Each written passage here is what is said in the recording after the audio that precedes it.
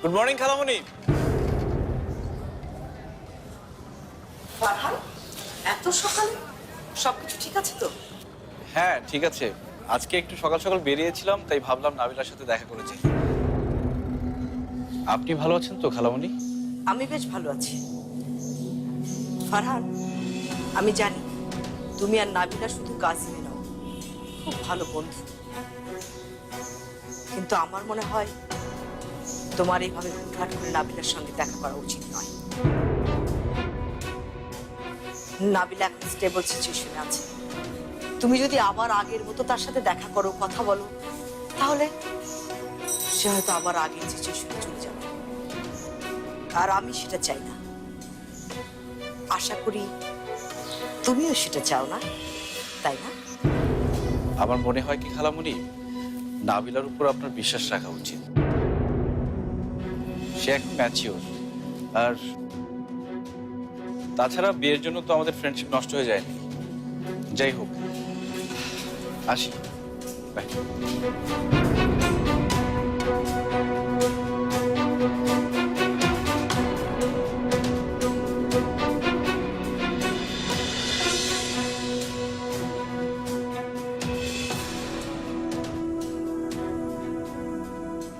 নাবিলা, ফারহান এসেছিল দেখলাম। হ্যাঁ, আর বলো না, ও তো একদম ওই সাত সকালে এসে হাজির। ভাগ্যিস তুমি কালকে গরুর ভুনাটা করে রেখেছিলে, আমি না ওইটা দিয়ে ওকে নাস্তা করালাম।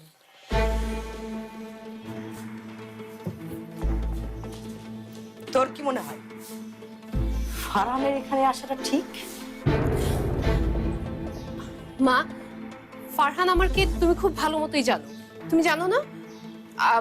আর ও তো প্রথমবারে বাসায় আসেনি, ও তো সবসময় বাসায় আসতো, সবসময় আসে, তাই না? আগের আশা আর এখনকার আশাটা এক কথা নয়, সেটা তুই ভালো করেই জানিস নাবিলা। তোর মনে রাখা উচিত ফারহান এখন বিবাহিত। So what? I mean, একটা ম্যারিড মানুষের কি ফ্রেন্ডস থাকতে পারে না?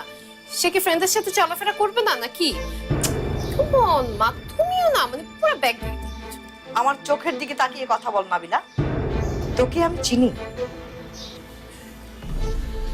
তুই কি সত্যি ফারহানকে ফ্রেন্ড মনে করিস?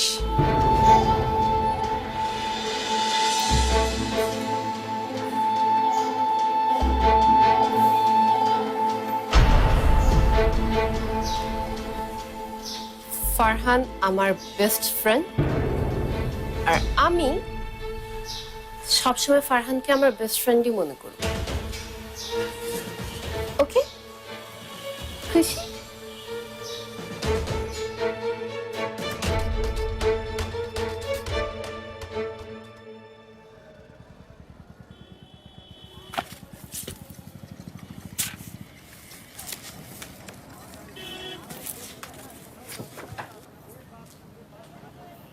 বাবা, আসবো?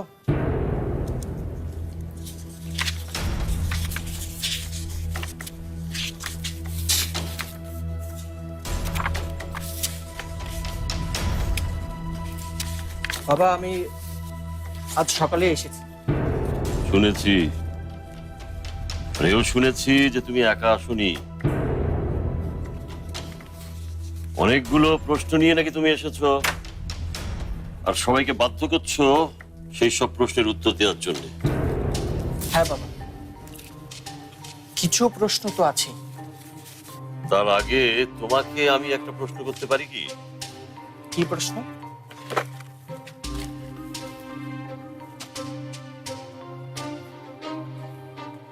বাবা হিসেবে আমার উপরে তোমার আস্থা আছে?